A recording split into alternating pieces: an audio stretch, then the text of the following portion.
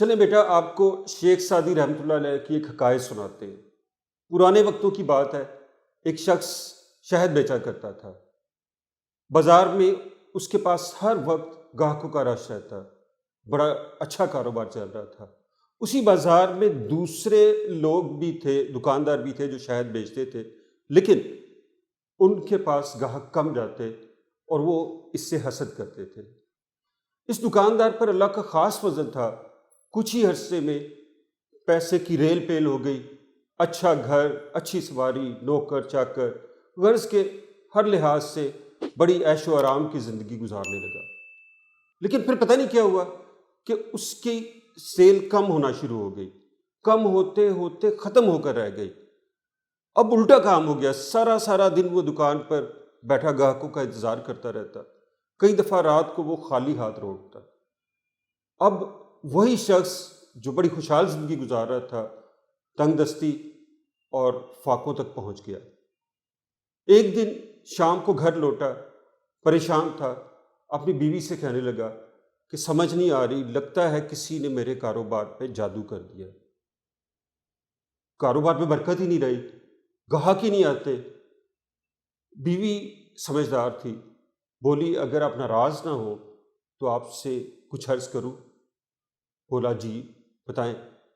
کہنے لگی کہ آپ کے کاروبار پہ کسی نے کوئی جادو نہیں کیا، معاملہ یہ ہے کہ پہلے بازار میں سب سے زیادہ خالص اور میٹھا شہد آپ کا تھا، لیکن اب آپ کڑوا شہد بیچنے لگے ہیں، جس کی وجہ سے گاہک آپ کے پاس نہیں آتے۔ وہ بڑا حیران ہوا اور غصے سے بولا تمہارا دماغ خراب ہے، کبھی شہد بھی کڑوا ہوا ہے؟ اور پھر میرا تو اللہ کا شکر ہے تجربہ ہی بہت ہے، میں تو دور سے دیکھوں تو مجھے پتہ چل جاتا ہے شہد خالص ہے یا اس میں ملاوٹ کی گئی ہے، اور میں چیلنج کر کے کہتا ہوں کہ اس بازار نہیں بلکہ پوری دنیا میں میرے شہد کے مقابلے کا شہد کہیں بھی نہیں ہوگا۔ بیوی بولی غصہ نہ کرے، تحمل سے سکون سے میری بات سنیں، میں آپ کے بھلے کی بات کر رہی ہوں۔ حقیقت یہ ہے کہ اس بازار میں آپ سمیت سارے دکاندار ایک ہی تاجر سے کئی سالوں سے شہد خرید رہے ہیں۔ اس کا مطلب یہ ہوا کہ پہلے بھی آپ کے اور باقی دکانداروں کے شہد کی کوالٹی سیم تھی، اب بھی کوالٹی ایک ہی ہے، کوالٹی میں کبھی بھی کوئی فرق نہیں رہا۔ لیکن پہلے آپ کا گاہکوں کے ساتھ اخلاق بازار میں سب سے زیادہ اچھا اور مثالی تھا۔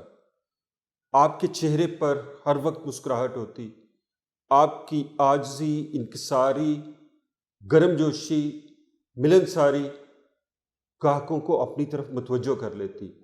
آپ کے الفاظ کا انتخاب، آپ کے لہجے کی مٹھاس شہد کو مٹھاس کو دوبالا کر دیتی، اور لوگ صرف اور صرف آپ کے رویے کی وجہ سے آپ کی تعریفیں کرتے، نہ صرف آپ کی تعریفیں کرتے بلکہ آپ کے شہد کی بھی تعریفیں کرتے۔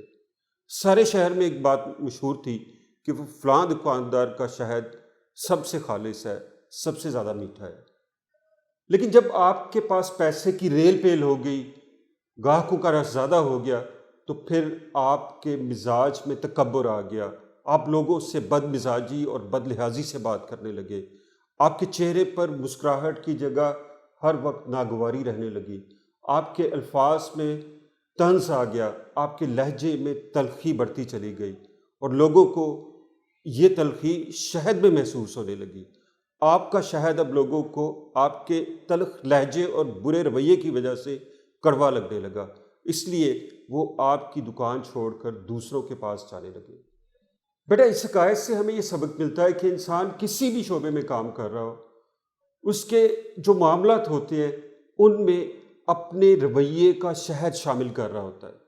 ایون ہماری جو ڈیلی لائف ہے، سوشل لائف ہے، فیملی لائف ہے، اس میں بھی ہم اپنے رویے کا شہد چاہتے اور نہ چاہتے ہوئے شامل کرتے چلے جاتے ہیں۔ لیکن اگر یہ شہد کڑوا ہوگا تو اس سے لوگ ہم سے بدظن ہوں گے، ناراض ہوں گے، اور اس طرح ہمارے لیے پریشانیوں اور ناکامیوں کا باعث بن سکیں گے۔ جبکہ دوسری طرف اگر ہمارا رویے کا شہد میٹھا ہوگا، یعنی کہ ہمارا رویہ اچھا ہوگا، تو پھر لوگ ہمیں پسند کریں گے، ان کی تسکین کا باعث ہم بنیں گے، اور اس طرح ہمیں رسپیکٹ، کوآپریشن، محبت، شفقت سب کچھ حاصل ہو سکے گا۔ اس لیے ہمیشہ میٹھا بولو، لوگوں کے ساتھ اخلاق، عزت، احترام اور شفقت کے ساتھ پیش آؤ۔